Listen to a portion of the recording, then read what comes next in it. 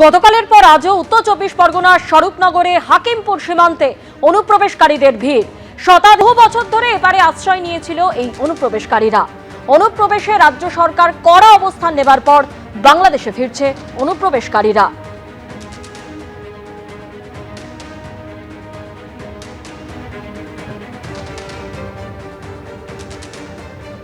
গত পরশু দিন থেকে যে ছবিটা দেখা যাচ্ছে, স্বরূপনগরে 3টি জায়গায় হোল্ডিং সেন্টার তৈরি করা হয়েছে, তেঁতুলিয়া, মেদিয়া এবং চারঘাট। ক্যামেরাম্যান প্রবীরদের তোমার ছবিটা দেখাচ্ছে। আজও সকাল থেকে প্রচুর মানুষের ভিড়।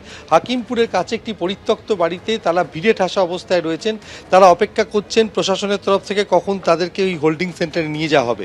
কিন্তু যেটা গত কয়েকদিন ধরে আমরা ছবিটা দেখছি, যে হাকিমপুর চেকপোস্টে যারা আসছেন এই বাংলাদেশি অনুপ্রবেশকারীরা, তারা একটাই অভিযোগ করছেন যে টাকার বিনিময়ে পরিচয়পত্র তৈরি করেছেন।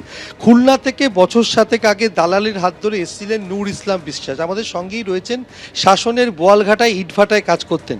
তিনি আধার কার্ড তৈরি করেছেন। আপনি এখানে এসেছিলেন কিভাবে খুলনা থেকে? ওই দালালের মাধ্যমে এসেছিলাম। কত টাকা নিয়েছিল? ও 5,000 টাকা নিয়েছিল এরকম আগে। তারপর এখানে যে কি কাজ করতেন? এই ইটভাটাই কাজ করতাম। তারপরে তৃণমূল নেতারা কি বলল? ওই আমি ফোন নেওয়ার জন্য, মানে ফোন চালানোর জন্য আমি বললাম যে আমার একটু এই সিম ফোন চালাবো, তো আমার একটা সিমের প্রয়োজন। তা বলছে তাহলে তো আধার কার্ড বানাতে দে। আমি বলছি কত টাকা লাগবে? তা বলছে যে এরকম 500-700 দাও।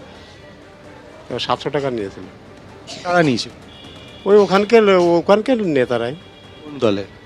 এই তৃণমূলের টাকা নিয়েছিল। স্যার আমি কি করে বলবো? আমি তো লেবার লোক, শ্রমিক লোক, আমি কি বলবো? এখন না দিলে দেবে না আধার কার্ড। তারপরে ভোটার কার্ড বানানোর জন্য কোনো টাকা চেয়েছিল? না, ভোটার কার্ডের আমি বলিনি, তাও দেয়নি। আপনি এখানে কতদিন ধরে বাংলাদেশ থেকে এসেছেন? 10 বছর। কোথায় থাকতেন? ডুমজুর থানায় কি কাজ করতেন? ওই এমনি কাজ কম করতাম। আপনার কি কি কার্ড ছিল? কার্ড হয়নি। ছিলেন? হ্যাঁ, করে না। কত টাকা চেয়েছিল? চাইনি, হত্যি দিত না। কিভাবে এসেছিলেন? দালালের হাত ধরে? হ্যাঁ, ও সে তখন আইলাম কম, ওই 5,000 টাকা মতো।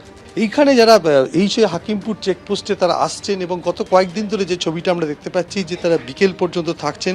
এরপর পুলিশের পক্ষ থেকে তাদের কাছ থেকে সমস্ত নথিপত্র নথিভুক্ত করার পর তাদেরকে সরাসরি নিয়ে যাওয়া হচ্ছে হোল্ডিং সেন্টারে।